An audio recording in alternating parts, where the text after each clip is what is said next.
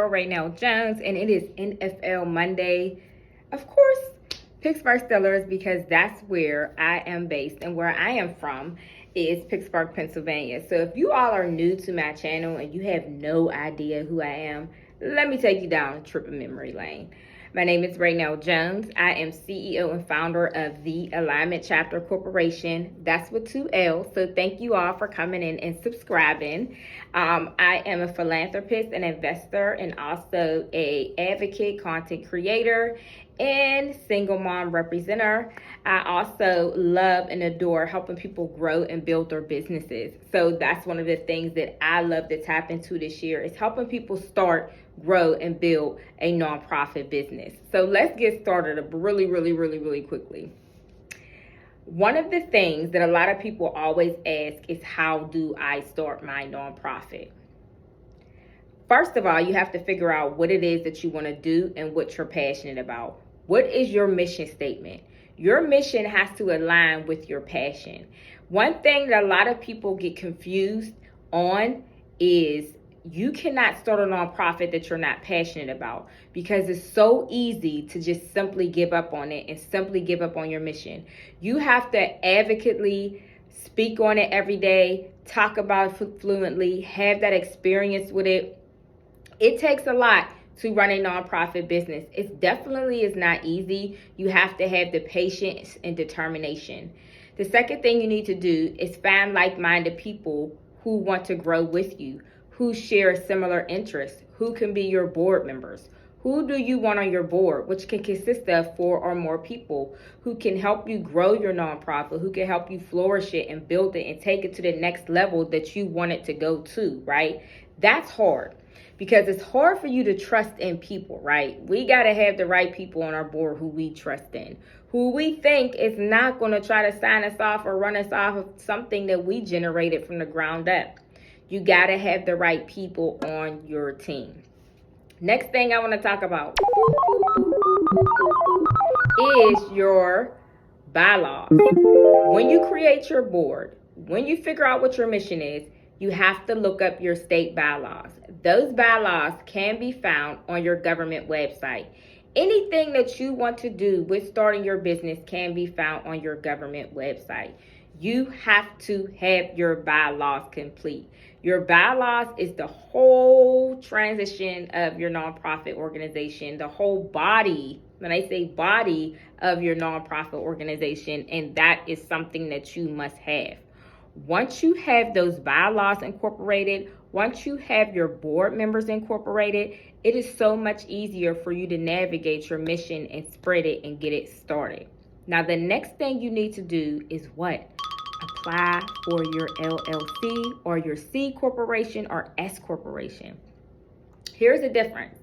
Your C corporation, which you could make a nonprofit, your corporation is very important. You have to apply for that through the federal government website when you are doing your EIN number. EIN number is how you legalize your nonprofit business.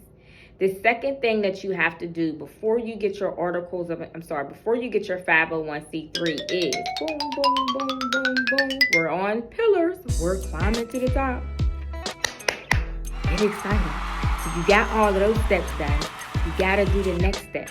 After you get your EIN number, you file for your what? Articles of incorporation. That could also be found on your state government website. Articles of incorporation is what you file for when you want to incorporate your nonprofit organization and have it known in your state or city or wherever you're from. You have to file your articles of incorporation with your EIN number in order to file for your 501c3. The next step you're missing before you file for your 501c3 tax exempt status is you must have a bank account. Bank account. Who's going to be your treasurer? Who's going to be the one that looks over your finances? Who's going to be the one that can take money in and out the account? You must have all of that written out in your meeting minutes.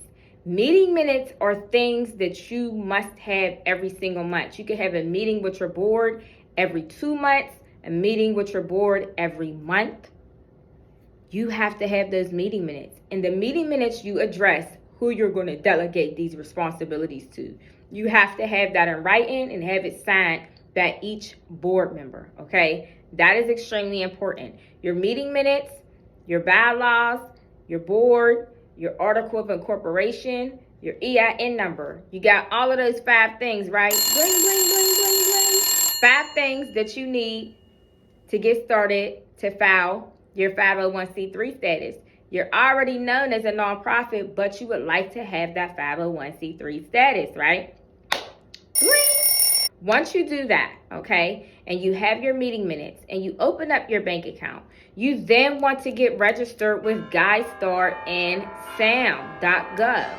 SAM.gov is a website, a national database that the federal government uses to recognize who you are as a nonprofit.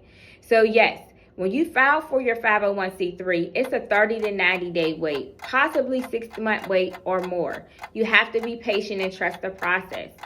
It does cost money to file all these things. Now we're going to run into the cost of everything. Depending on what state you are from. If you're in Pennsylvania, the cost for your articles of corporation, $175 to $200. The cost may have went up.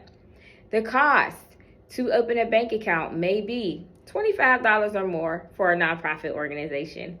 The cost to file for your 501c3 status, $375 or more. These are funds that you have to have allocated in order to get these things done. You have all of the funds, you have everything allocated, you want to get started and pay for everything, get the ball rolling. The only one that is stopping you is you. Why are you waiting? Maybe finances is an issue. You can find people on social media to raise the money to support your mission. And once you raise that money, it can pay for all of your back-end expenses, which will cost to run a profitable nonprofit organization. Now that you have all of these things, you file for your 501c3, you must do one major thing. Again, register on SAMS.gov and get your DUNS number and your SAMS number. DUNS, SAMS. Now, that's a topic that we're going to discuss tomorrow, but DUNS and SAMS numbers are extremely important whenever you are filling out any federal or state grant applications. It's always important to stay up to date on your DUNS and SAMS number. That's another cost. I believe that cost is, drum roll, $275 or $375 or more, and you have to keep it renewed. So these are annual expenses that you have to pay for to keep your nonprofit running on record. So that way you're registered in the system. When people look up your EIN number, they can verify that you are for sure a nonprofit organization. GuideStar and Candid. You must get registered in the GuideStar database to be recognized as a nonprofit. So many people go to GuideStar to find if you are in a legit nonprofit. You must register your nonprofit on GuideStar. So that's what I'm going to leave you all with today. And tomorrow, we're going to go more in detail, step by step, of what all of these 5 pillars mean and what the definition of them mean and what you need to do to understand the importance of these definitions. So I'm Raynell Jones, y'all. Make sure you all subscribe to my channel. Make sure you all tell people to share the Alignment Chapter's mission and goal, and share my YouTube channel if you know someone who's trying to start a nonprofit business. Also, follow me on Instagram and follow me anywhere else that you think is beneficial for you or something that you're fluent on. Bye, y'all.